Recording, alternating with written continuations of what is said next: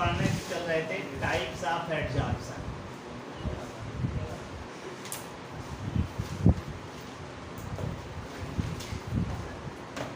Types of adsorption, types of adsorption की अगर हम लोग बात करते हैं तो हम लोग यहाँ दो तरह से ऑब्जर्व करते हैं, एक फिजिजॉर्प्शन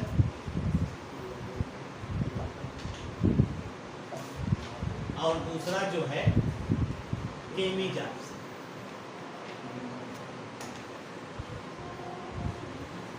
इसी को हम लोग कहते हैं केमिकल एडजॉर्प्शन।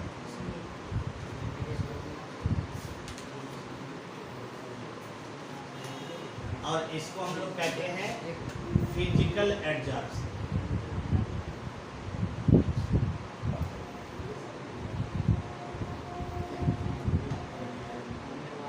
ठीक, इसके बारे में चर्चा कर रहे थे, कल यहीं से स्टार्ट हुआ था ना।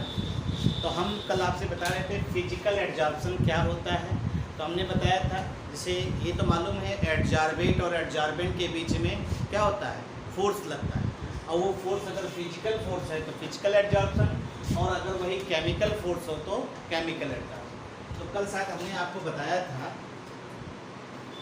हमने कहा था अगर मान लीजिए ये सरफेस के मॉलिक्यूल है,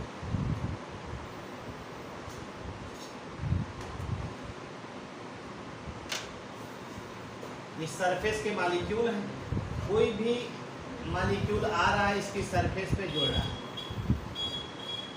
ठीक, तो इनके बीच में फोर्स लग रहा है।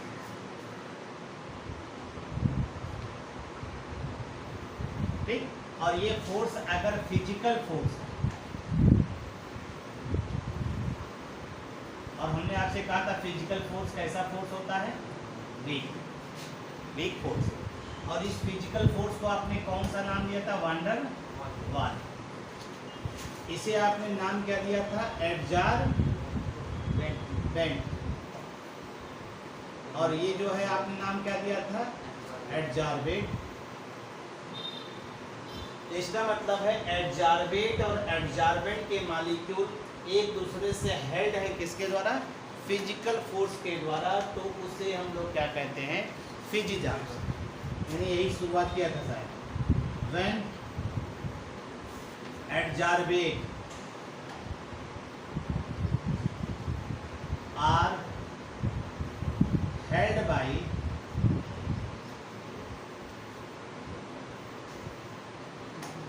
weak van der Waals force on the surface of, किसकी सरफेस पे हो, एडजॉर्बेट,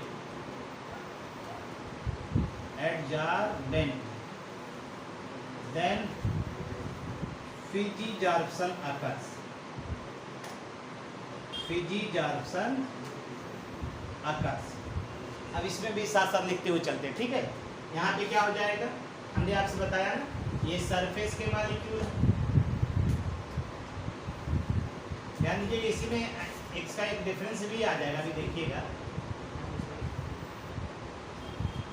तो यहाँ पे सरफेस के मॉलिक्यूल है और ये आ रहा है आपका एडजॉर्बेट आ रहा है जो इसकी सरफेस पर अटैच होने के, और ये बॉन्ड कौन सा है, ये बॉन्ड केमिकल बॉन्ड है ना। और केमिकल बॉन्ड ऐसा नहीं होता है कि चाहे जो भी एलिमेंट जिससे जोड़, ऐसा तो होता नहीं, क्योंकि केमिकल बॉन्ड स्पेसिफिक होता है। केमिकल बॉन्ड क्या होता है, स्पेसिफिक होता है। तो इसका मतलब ये जो बॉन्ड है ये क्या है, हेल्ड टुगेदर बाय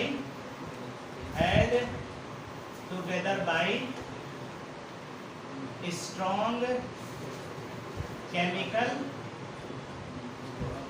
बॉन्ड। अब देखिएगा, यानी यहाँ पे क्या कहेंगे, adsorbate molecule are held with strong chemical bond, held with strong chemical bond on the surface of adsorbent molecule. लिखते हुए चलिए भाई, लिखते हुए चलिए, क्योंकि डिफरेंस भी हो जाएगा इसमें, इसी में डिफरेंस भी हो, टाइम ना लगे जिससे।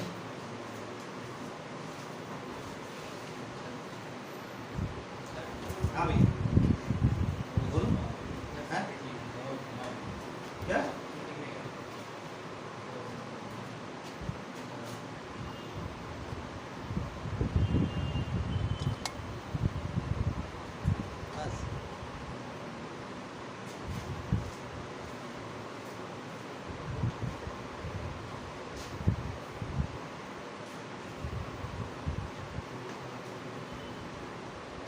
जो केमिकल बॉन्ड बनता है ये कौन सा केमिकल बॉन्ड कौन सा टाइप का रहता है?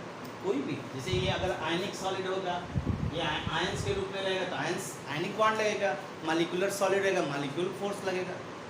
तो डिपेंड करेगा कैसा गैस कौन सा है, नेचर गैस का क्या हो, तमाम चीज़ें तब अलग अलग हो जाएंगी ना। अब आप देखिए दूसरी चीज़, हमने आपसे कहा फिजिकल फोर्स जो होता है वो स्पेसिफिक इन नेचर नहीं होता है, लेकिन केमिकल बॉन्ड जो होता है वो स्पेसिफिक इन नेचर होता है। यानी यहाँ से एडजॉर्बेंट के मॉलिक्यूल चाहे जाए, देखिए ये वाला मॉलिक्यूल इससे जुड़ जाए हैं तो इसको ये अपनी तरफ खींचेगा, उसका कुछ ना कुछ इम्पैक्ट इस पर भी लगेगा। मान लीजिए ये इससे जुड़ रहा है, ये ऐसे है, ये ऐसे है, देखिए हम ऐसे दिखा रहे हैं, देखिए अगर ये force direct at surface molecule जुड़ रहा है तो ये इसको अपनी तरफ खींच रहा है, इसका कुछ ना कुछ इम्पैक्ट इस पर भी पड़ेगा, इसका कुछ ना कुछ इम्पैक्ट इन पर भी पड़ेगा। देखिए ऐसे कुछ ना कुछ इम्पैक्ट इस पर पड़ेगा। तो हम लोग कहते हैं फिजिजॉर्प्शन जो होता है ये मल्टी लेयर प्रोसेस होता है, इसमें कई लेयर बनती है, फिजिजॉर्प्शन में कई लेयर बनती है। यानी फिजिजॉर्प्शन is multi-layer process, ये मल्टी-लेयर प्रोसेस होता है, ये मल्टी-लेयर प्रोसेस होता है। लेकिन अब देखिए केमिकल एडजॉर्प्शन में क्या होगा, केमिकल एडजॉर्प्शन बता सकते हैं भाई? मल्टी-लेयर होगा कि बाई लेयर होगा कि मोनो-लेयर हो, क्या हो सकता है? देखिए कैसे हम कह रहे हैं, जैसे ये एडजॉर्बेट का मॉलिक्यूल है, इससे इसका बॉन्ड बनना है तो अब आप बताइए इसके ऊपर वाला मॉलिक्यूल इससे बॉन्ड बना सकता है? भाई तो इससे बॉन्ड बनाएगा ना, हैं? तो इसका मतलब है सिर्फ और सिर्फ इन्हीं के बीच में बॉन्ड बन सकता है, दूसरी लेयर इनके बीच में नहीं आ सकती। इसका मतलब केमिकल एडजॉर्प्शन, केमिजॉर्प्शन क्या होगा? Monolayer process. यानी इसे हम लोग क्या कह सकते हैं? Monolayer process.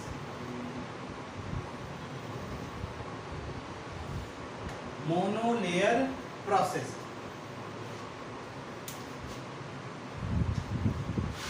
ये मोनोलेयर प्रोसेस, ठीक है ना?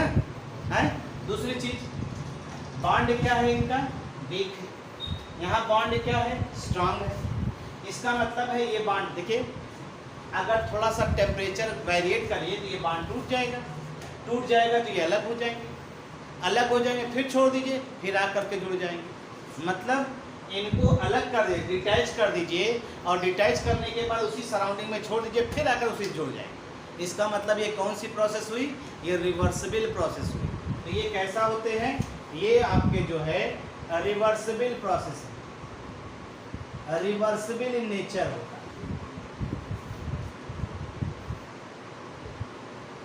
ये रिवर्सिबल नेचर।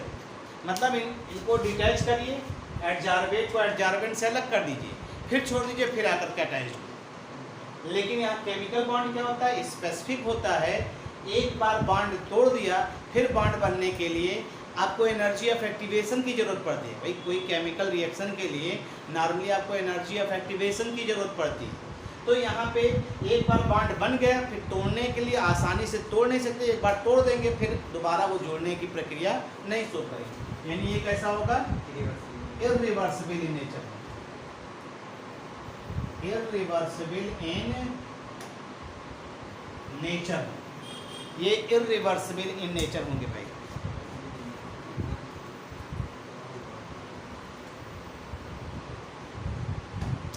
हो गया ना?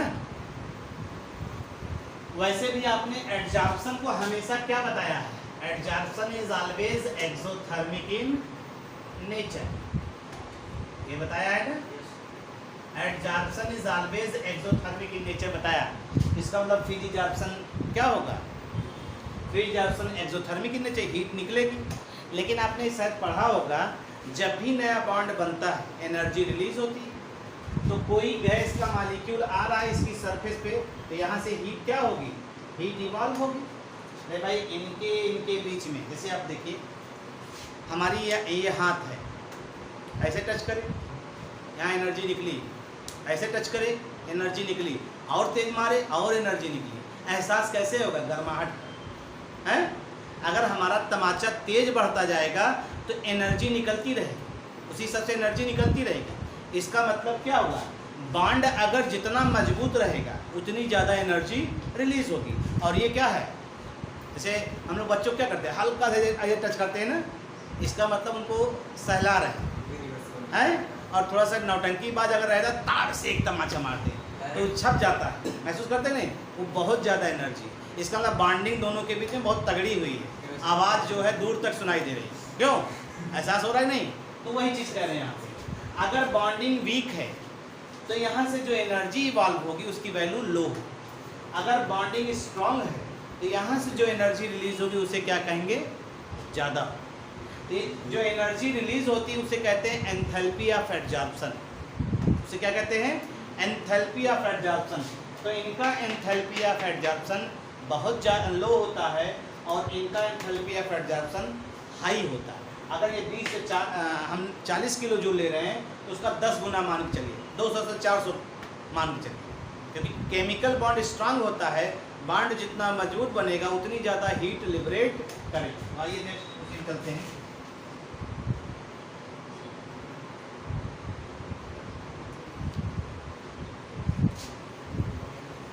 अब भैया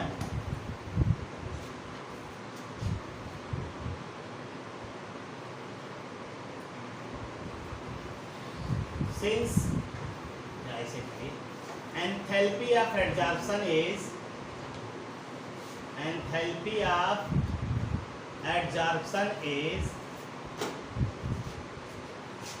low, enthalpy of adsorption is low। लगभग कितना होगा? 20 से 40 किलो जूल पर मोल। ठीक? क्यों? बिकॉज इंट्रैक्शन किसके किसके बीच में इंट्रैक्शन हो रहा है? बिटवीन किसके किसके बीच में इंट्रैक्शन हो रहा है? एडजॉर्बेट और एडजॉर्बेंट के बीच में। Adsorbate and adsorbent is weak. ठीक है। और जब बॉन्ड कमजोर रहेगा तो एंथैल्पी ऑफ एडजॉर्प्शन क्या होगा? लो होगा। और इनका एंथैल्पी ऑफ एडजॉर्प्शन हाई होगा। ठीक है भाई, इनका एंथैल्पी ऑफ एडजॉर्प्शन जो होगा वो हाई होगा। क्या होगा? बोलो, बताओ, कोई दिक्कत है? कोई दिक्कत बताओ।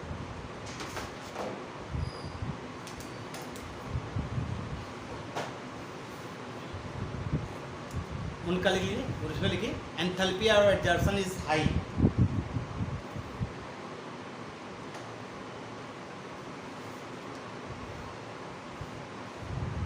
उनका लिख लीजिए enthalpy of adsorption is high. और कितना होगा? लगभग 40 से 400 kilo. Enthalpy of adsorption is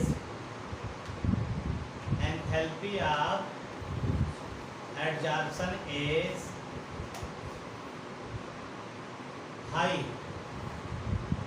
और लगभग 40 से 400 किलो जूल। अलग अलग बुक में अलग अलग वैल्यू दी गई है भाई, इसलिए आप परेशान। लगभग 10 गुना का डिफरेंस दिखाएं। अगर 20 से 40 दिया है तो वो 200 से 400 भी हो सकता, कोई दिक्कत नहीं। लगभग 10 गुने का डिफरेंस है। तो एंथैल्पी, उसका कारण क्या है? इनके बीच में देखिए interaction between adsorbent and adsorbent is strong because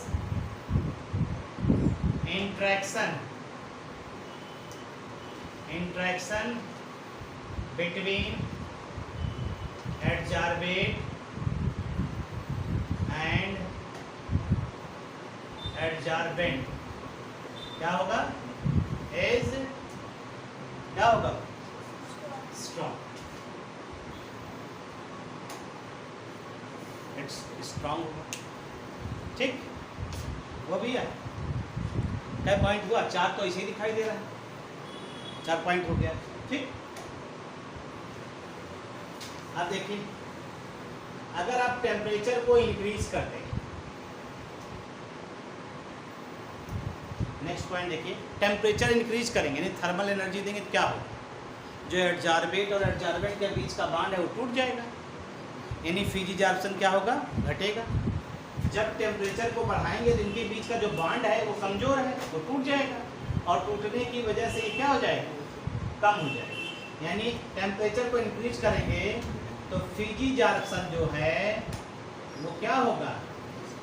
decrease है, फिजिजार्प्शन घटेगा, क्योंकि एडजॉर्बेट और एडजॉर्बेंट के बीच का बांड क्या हो जाएगा? ब्रेक हो जाएगा। ठीक है, इसीलिए हम लोग कहते हैं हेंस फिजिजार्प्शन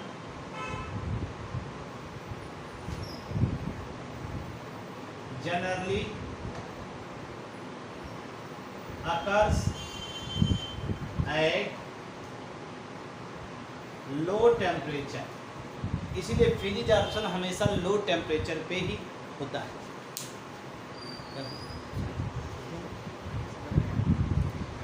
ठीक है, फिजिजार्प्शन जो है हमेशा लो टेम्परेचर पे होता है। केमिकल एडजॉर्प्शन, आपको मालूम है केमिकल रिएक्शन के लिए हमें कुछ ना कुछ एनर्जी ऑफ एक्टिवेशन की ज़रूरत पड़ती है। हर केमिकल रिएक्शन के मेजॉरिटी ऑफ केमिकल रिएक्शन के लिए एनर्जी ऑफ एक्टिवेशन की ज़रूरत पड़ती है। इसलिए जब थर्मल एनर्जी प्रोवाइड करेंगे, टेम्परेचर बढ़ाएंगे, तो वो क्या करेगा? रिएक्टेंट मॉलिक्यूल उस एनर्जी को अपनी काइनेटिक एनर्जी बढ़ाने में यूज कर लेंगे और फिर केमिकल रिएक्शन प्रोसीड करेगा।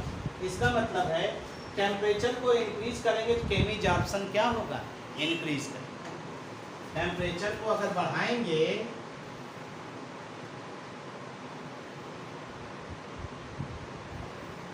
टेम्परेचर इंक्रीजेस, केमिजार्प्शन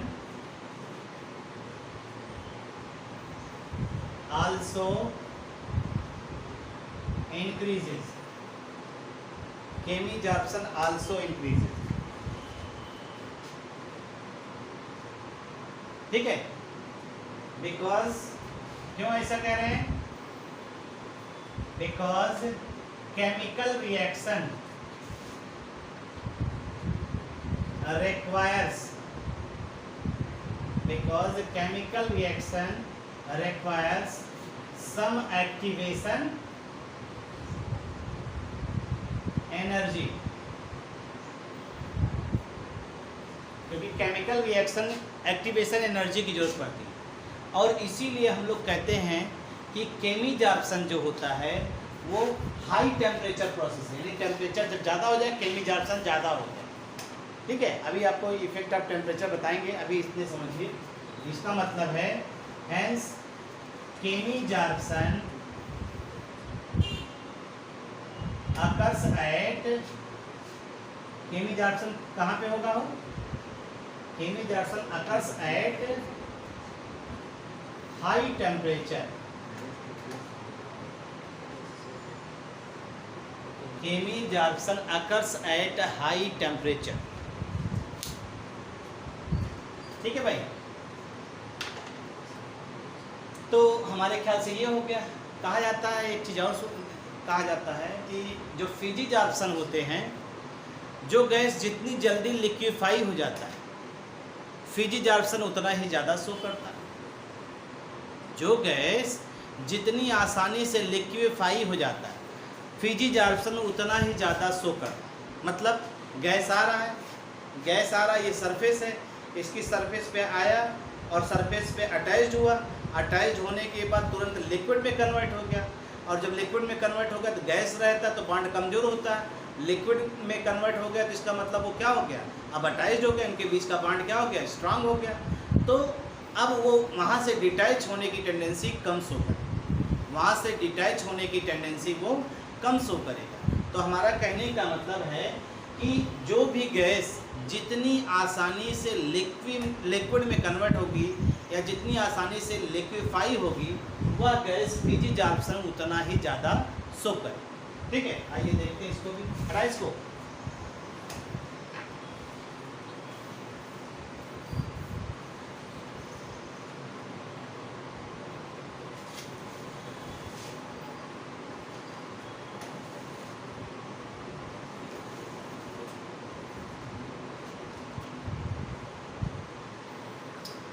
गैसेस, अभी इसको फैक्टर में पढ़ा जाएगा। ये वाला जो पॉइंट्स बता रहे हैं ये हम लोग फैक्टर में भी पढ़ेंगे। ठीक है, absorption of gases on solid पढ़ेंगे, वहाँ भी आएगा। गैसेस इजीली लिक्विफाइड,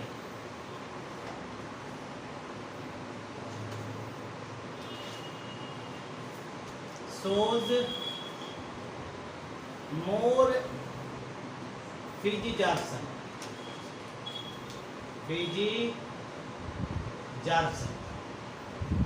और यहाँ पे ऐसा कुछ, यहाँ पे लिक्विड नहीं, गैस को जरूरी क्या है, गैस को बॉन्ड बनाना जरूरी है, गैस को बॉन्ड बनाना जरूरी है, तभी वो फिजिकल एब्जॉर्प्शन शो करेगा। तो does not depends upon the liquefaction of gas, यानी ये क्या है, does not depends upon the liquefaction of gas, यानी doesn't depends upon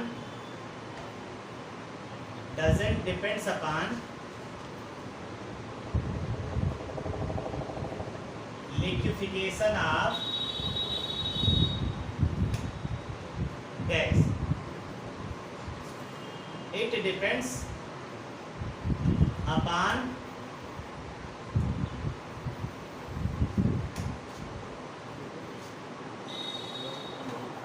gas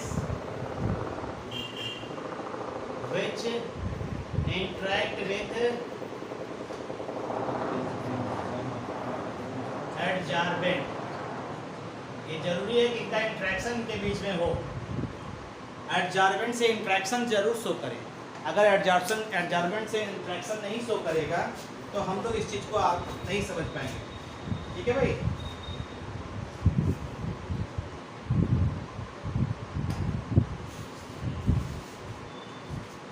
ये कोई स्पेसिफिक तो होते नहीं, हमने बताया ना, फिजिकल तो not specific in nature, physical force कोई भी स्पेसिफिक नहीं। हम आप बैठे हुए देखिए, आपको मालूम है जैसे हम लोग एक दूसरे को देख रहे हैं, देख रहे हैं नहीं, हम सब एक दूसरे से जुड़े हुए हैं फिजिकल फोर्स। किसी के साथ हमारे इस आँखों की, जैसे आँखों से जो बॉन्ड बना रहे हैं हम लोग एक दूसरे से, उसे फिजिकल फोर्स कहेंगे। ठीक है, आँखों से भी बात करते हैं ना हम लोग एक दूसरे से, हैं हाल चाल पूछते हैं नहीं, सर नंबर भी आंखों से पेपर भी होगा।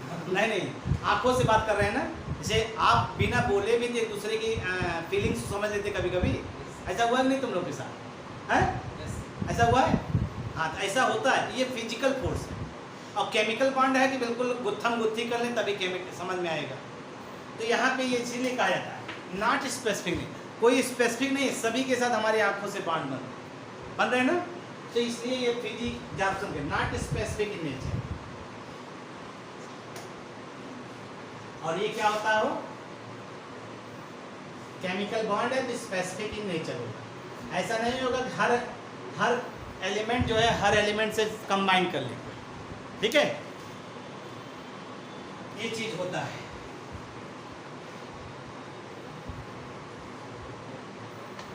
बहुत तो बता दिया हो, है क्या पॉइंट हुआ? 7 बहुत हो, कितना पॉइंट पढ़ोगे तुम, हो गया ना। तो ये फिजिजार्प्शन और केमिजार्प्शन का एक क्राइटेरिया था जिसको हम लोग यहाँ पे देख रहे हैं। अब आगे चलते हैं, नेक्स्ट चले भैया, मेरे लाल चले, लाल कहते तभी तुम लोग बोलते हो, जैसा खास है क्या? हाँ चलो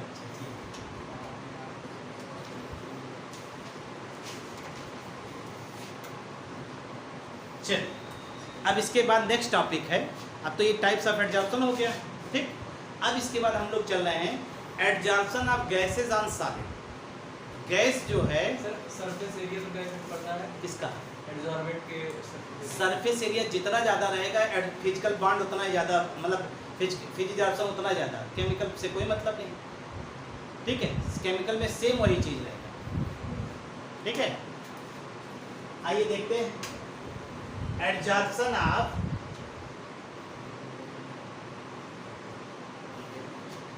गैसेस, हम लोग अधिकतर यही चीज पढ़ेंगे भाई, गैसेज ऑन सॉलिड।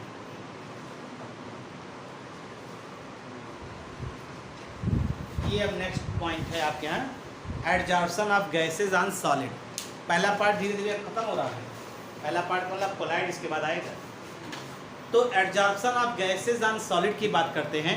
हमने बार बार कहा सॉलिड के सरफेस पे गैस के मॉलिक्यूल एडजॉर्ब हो रहे हैं, तो गैस का मॉलिक्यूल जब एडजॉर्ब होगा तो कौन कौन से फैक्टर जो है उसके एडजॉर्प्शन की टेंडेंसी को अफेक्ट करते हैं, वही चीज़ हम लोग पढ़ेंगे, ठीक है। तो आइए देखते हैं कुछ एक मेन पॉइंट हम लोग पढ़ेंगे। Effect of temperature, effect of pressure, nature of adsorbate, जो गैस का नेचर होता है उसको हम लोग पढ़ेंगे। तो आइए देखिए, there are following factors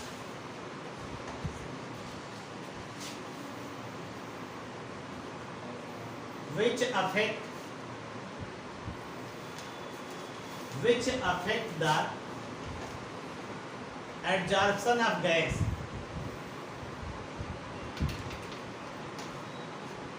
on solid। और उसी में पहला हम लोग लेके चल रहे हैं nature of gas. Nature of gas, इसी को क्या कहते हैं, एडजॉर्बिंग।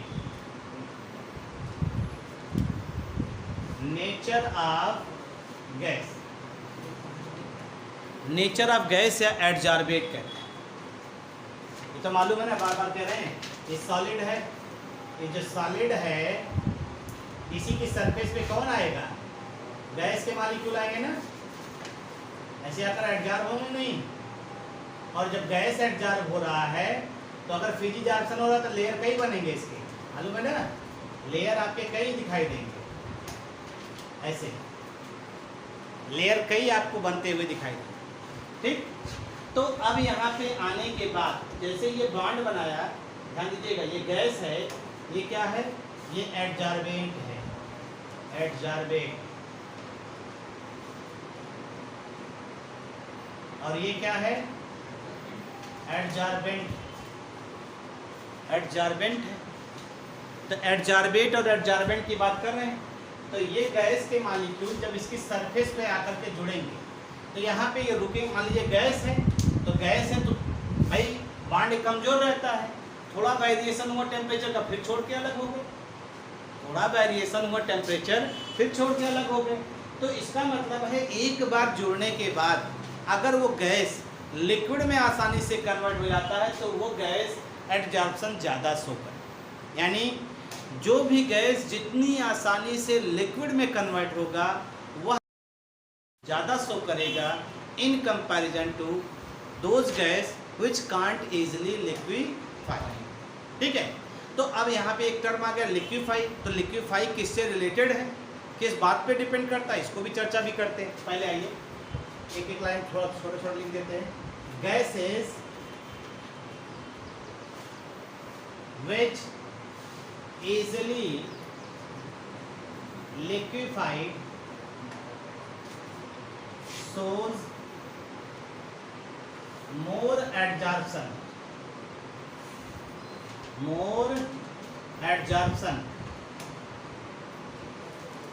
on solid। ये सब पॉइंट याद रहने चाहिए आपको। Gases which are easily liquefied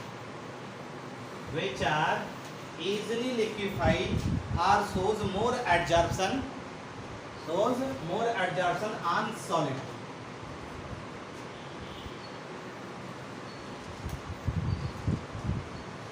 देखिए liquefaction of gas,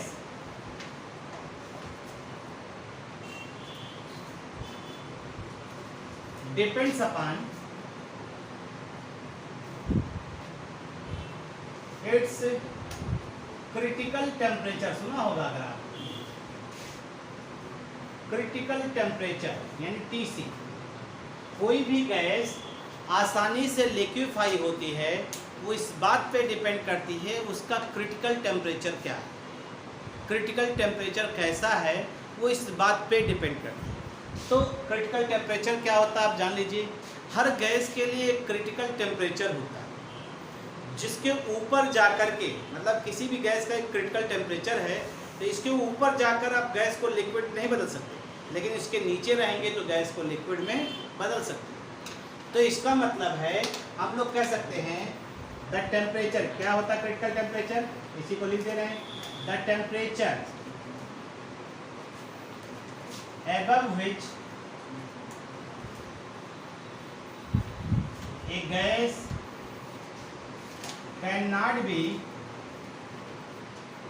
liquefied, however high the pressure may be applied.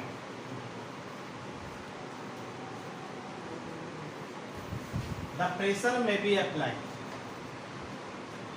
The temperature above which a gas cannot be liquefied, however high the pressure may be applied.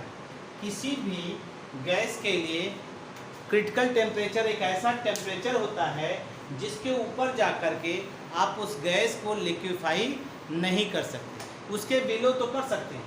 इसका मतलब है इस तरह से हम लोग कह सकते हैं जिसका क्रिटिकल टेम्परेचर जितना हाई होगा वो गैस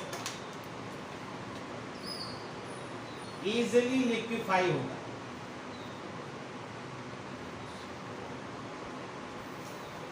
जिसका क्रिटिकल टेम्परेचर जितना ज़्यादा होगा वो गैस उतनी ही आसानी से लिक्विफाई होगा।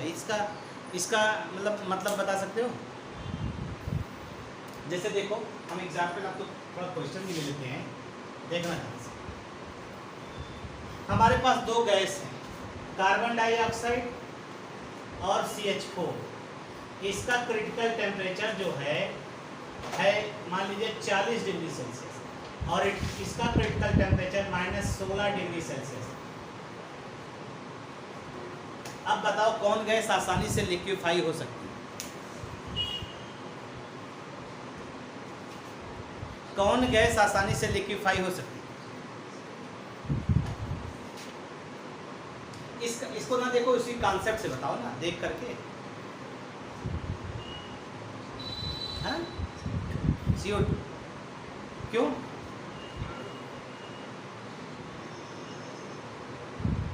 क्यों भैया?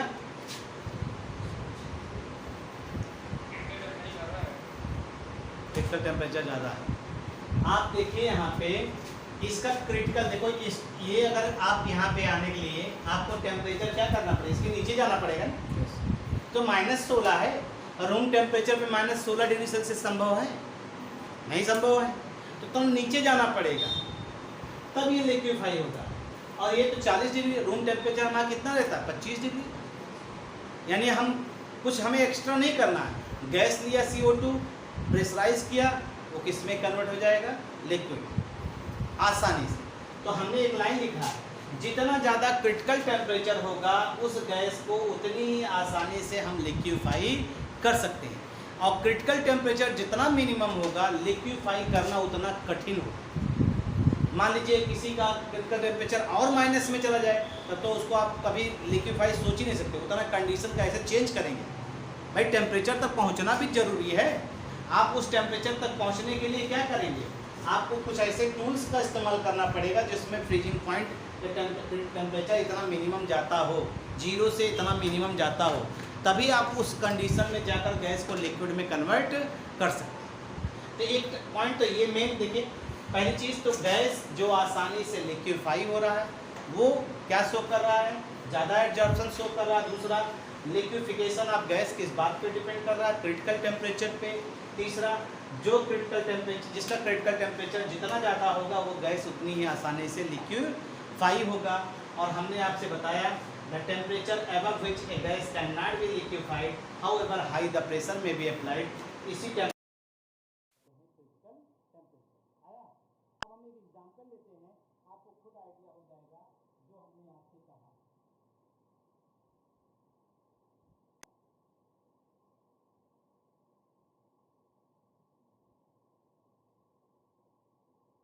एग्जांपल ले रहे हैं। फॉर एग्जांपल देखिए, 1 ग्राम एक्टिवेटेड चारकोल लेते हैं। एक्टिवेटेड चारकोल जानते हैं नहीं, जो मास्क बना होता है।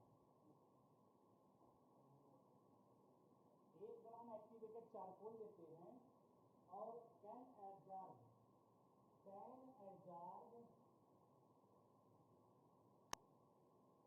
The following amount of gas. एक डेटा बनाने चल रहे हैं, एक डेटा बनाने चल रहे हैं, उसमें क्रिटिकल टेम्परेचर से रिलेशन भी देखेंगे आप। जैसे देखिए गैस ले रहे हैं, गैस ले लिया, क्रिटिकल टेम्परेचर ले लिया केल्विन में, अमाउंट एब्जॉर्ब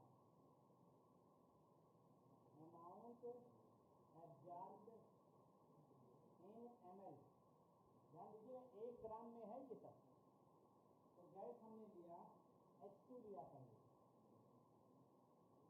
पहला गैस लिया H2, दूसरा लिया N2, तीसरा लिया CO, चौथा लिया CH4, पांचवा लिया CO2, छठा लिया NH3 और SO2 ले लिया। ये गैस हो गया। अब इसका क्रिटिकल टेम्परेचर देखिए, सबसे एस्टैब्लिश है ना।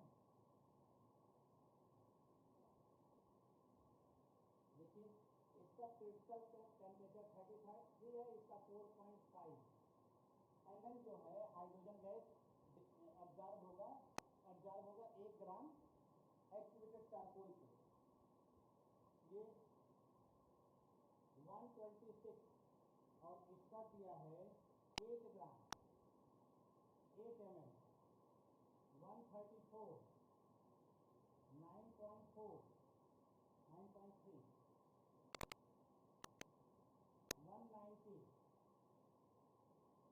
16.2 304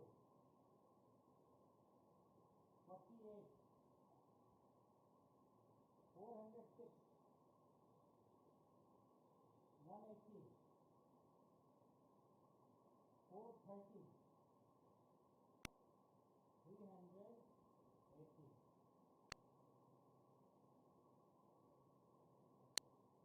ये है, देख लीजिए।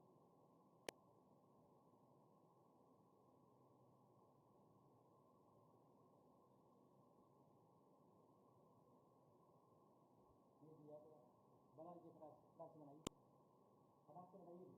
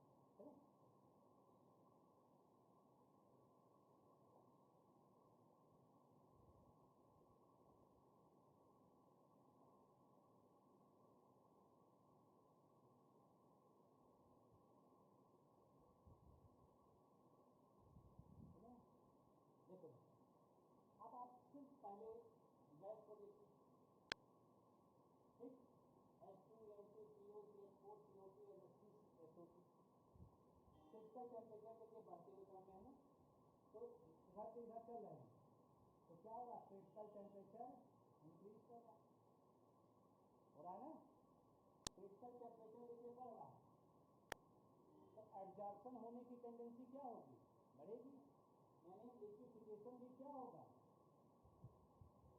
लिक्विफिकेशन भी क्या होगा यहाँ पे इंक्रीज करेगा ना, और जब लिक्विफिकेशन इंक्रीज करेगा तो एक चीज और एडजॉर्प्शन भी क्या होगा इंक्रीज करना, यही तो हो रहा है। तो आप देखिए यहाँ पे 4.5 ml इस हाइड्रोजन गैस का जो है 1 ग्राम एक्टिवेटेड चारकोल पर एब्जॉर्ब हो रहा है, 8 ग्राम 8 ml 9.3 16.2 48 180 380 इतना ml एब्जॉर्ब हो रहा है। इसका मतलब जिसका क्रिटिकल टेम्परेचर जितना ज़्यादा होगा एक्सटेंट ऑफ एब्जॉर्प्शन उतना ही ज़्यादा उस गैस का होगा, यही तो कह रहा है।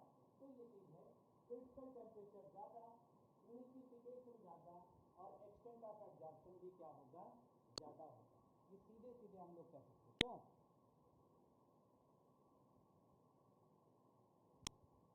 हुआ मेरे लाल, हुआ हो, बड़ी जल्दी जल्दी हो जा रहा है क्या,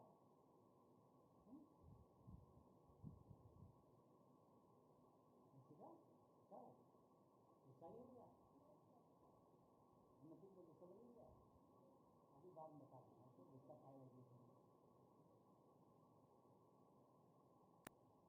ये गुस्सा कैसे हम समझाएंगे, फिजिकल फोर्स गुस्सा जो हमने समझा फिजिकल फोर्स हो गया। तो ये आपका सीधा सीधा जो है एब्जॉर्प्शन में ये पहला फैक्टर हुआ, absorption of gases on solid में नेचर ऑफ एब्जॉर्बिंग, यानी नेचर ऑफ गैस पे डिपेंड कर रहा है, गैस के नेचर यानी जो गैस जितनी आसानी से लिक्विफाई हो रहा है वो उतना ज़्यादा एब्जॉर्प्शन शो कर रहा है, और वो एब्जॉर्प्शन इस बात पे डिपेंड कर रहा है टीसी से लिक्विफिकेशन दोनों थोड़ा इससे लिक्विफिकेशन से आप क्या बता रहे हैं एब्जॉर्प्शन। कोई दिक्कत यहाँ तक, हम भी गाना गाएंगे अगर तुम लोग देर से आओगे तो। Thank you.